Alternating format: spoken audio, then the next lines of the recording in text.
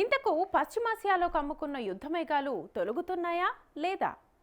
అసలు Iran America యుద్ధం తాత్కాలికంగా ఆగిందా, పూర్తిగా ముగిసిందా? ఇరు దేశాలు ఒప్పందాలకు కూర్చుంటున్నాయా? ఇస్లామాబాద్ వేదిక సాక్షిగా చర్చలు కొనసాగుతాయా లేదా? అసలు ఇరాన్కు పాకిస్తాన్కు మధ్యవర్తిత్వంపై విశ్వాసం తగ్గిపోయిందా? తాజాగా శాంతి ఒప్పందాలకు ఇరాన్ తెరపైకి తెస్తున్న 3 అంశాలేవి? ఒప్పందానికి ఈ 3 ముళ్ళు సరిపోతాయనే ట్రంప్ భావిస్తున్నారా? ప్రపంచ దేశాలు చమురు సంక్షోభాన్ని తలచుకొని ఎంతకాలమైనా ఇలా వణికిపోవాల్సిందేనా? పరిష్కార మార్గం ఉందా లేదా? యక్ష ప్రశ్నలు, లక్ష సందేహాలు. పరిష్కారం కనిపిస్తుందా? అమెరికా కనికరిస్తుందా?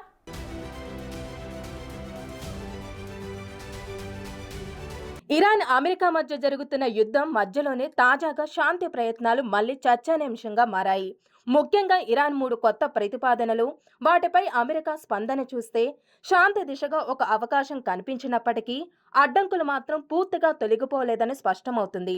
ఇరాన్ తాజాగా పంపిన ప్రతిపాదనలు పర్వాలేదు, మరి తీసిపారేసేంత లేవని, అయినా శాంతి ఒప్పందానికి అవి సరిపోవని అమెరికా అధ్యక్షుడు ట్రంప్ తేల్చిపారేస్తున్నారు. ఒకవైపు శాంతి చర్చలు ప్రయత్నిస్తూనే మరొక వైపు ఇరాన్ అమెరికా బెదిరిస్తూనే ఉంది. తమతో ఒప్పందానికి దిగి రాలేకపోతే ఇరాన్ చమురు బావులన్నీ, విద్యుత్ కేంద్రాలు ఖచ్చితంగా ధ్వంసం చేస్తామని అంటూనే ఉంది. ఇదే ఇరాన్కు ఇరకాటంగా ఇబ్బందిగా మారుతుంది. ఒకవైపు శాంతి మంత్రం జపిస్తూ మరొక వైపు విధ్వంసం సృష్టిస్తామంటున్న అమెరికా ద్వంద్వ వైఖరిని ఇరాన్ చాలా తీవ్రంగా తప్పుపడుతుంది.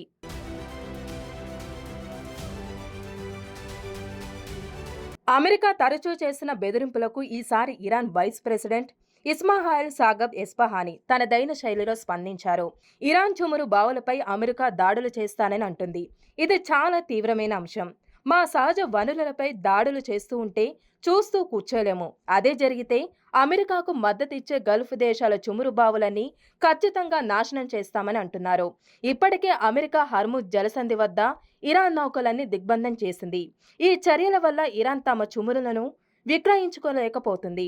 నిల్వలు పెరిగిపోతున్నాయి. చమురు తీయకుంటే బావుల్లో సాంకేతిక సమస్యలు తలెత్తే ప్రమాదముంది. ఒకవేళ నిల్వలు పెరిగిపోయినా అది ఆర్థిక నష్టానికి దారితీస్తుంది. తమ ఆర్థిక వ్యవస్థనే దెబ్బతీసే కుట్ర ఇరాన్ భావిస్తుంది. అందుకే తమకు నష్టం కలిగిస్తే ప్రతీకార చర్యలు ఖచ్చితంగా ఉంటాయని ఇరాన్ అధినేత అంటున్నారు.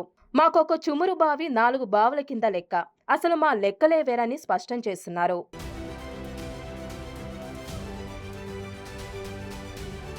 ఒక హర్ముజ్ జలమార్గాన్ని నిర్బంధిస్తే ఇరాన్ చచ్చినట్లు దారిలోకి వస్తుందని భావిస్తే అది అమెరికా మూర్ఖత్వమే అవుతుందని ఇరాన్ హెచ్చరిస్తుంది.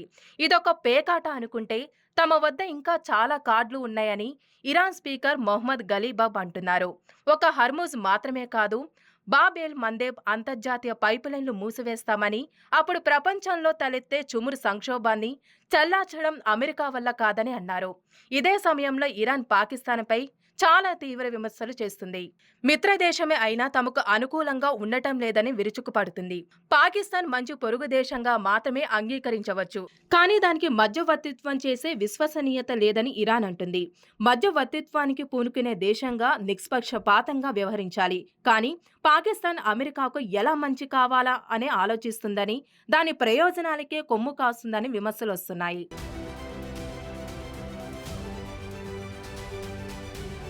విమర్శలు, ప్రతి విమర్శలు సరే, అసలు ఇరాన్ తాజాగా తెచ్చిన ప్రతిపాదనలు ఎలా ఉన్నాయి? వాటి వెనుక ఇరాన్ వ్యూహం ఉందా?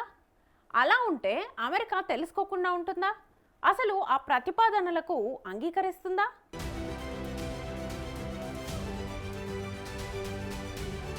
ఈ నేపథ్యంలో ఇరాన్ తాజాగా 3 కొత్త ప్రతిపాదనలను తెరపైకి తీసుకొచ్చింది. అందులో మొదటిది తక్షణ యుద్ధ విరమణ. అమెరికా ఇజ్రాయెల్ దాడుల్ని ఆపాలి, ఇరాన్ కూడా ప్రతి దాడిని నిలిపివేస్తుంది.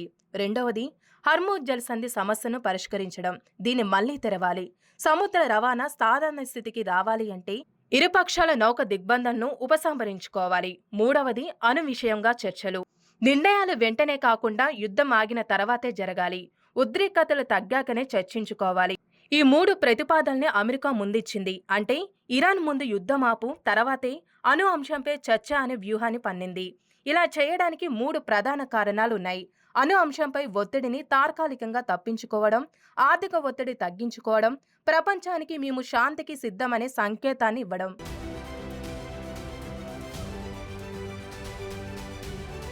అయితే అమెరికా మరి అంత అమాయకం కాదు. ఇరాన్ ఎందుకిలా ప్రతిపాదనలు తెరపైకి తెస్తుంది, దీని అసలు ఉద్దేశం ఏంటి అని వెంటనే పసిగట్టేసింది.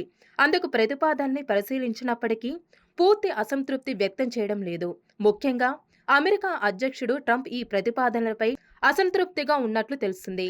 అణు కార్యక్రమంపై వెంటనే చర్చలు లేవనడమే అమెరికా ప్రధాన లక్ష్యాన్ని దెబ్బతీసేలా ఉంది.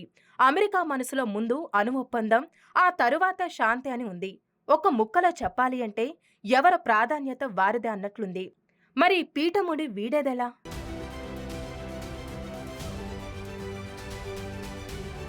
అసలు యుద్ధం ఆగే అవకాశం ఉందా అంటే కొంతమేరకే అని చెప్పాలి. ముందుగా ఇరాన్ మెల్లిమెల్లిగా దిగి దారిలోకి వస్తున్నట్లుగా కనిపిస్తుంది.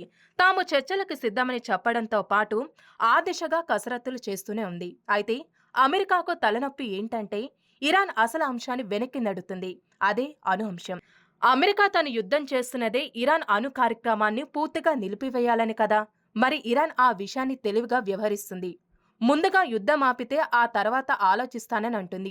పైగా అమెరికా హర్ముజ్ జలసంధిపై ఇక దిగ్బంధనాన్ని కొనసాగిస్తూనే ఉంది. లెబనాన్, ఇజ్రాయెల్ అంశాన్ని ఇక పరిష్కారం కావడం లేదు.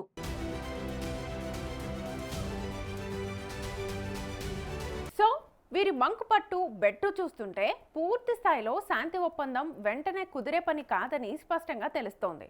కాకపోతే కాల్పుల విరమణ సాధ్యపడొచ్చు.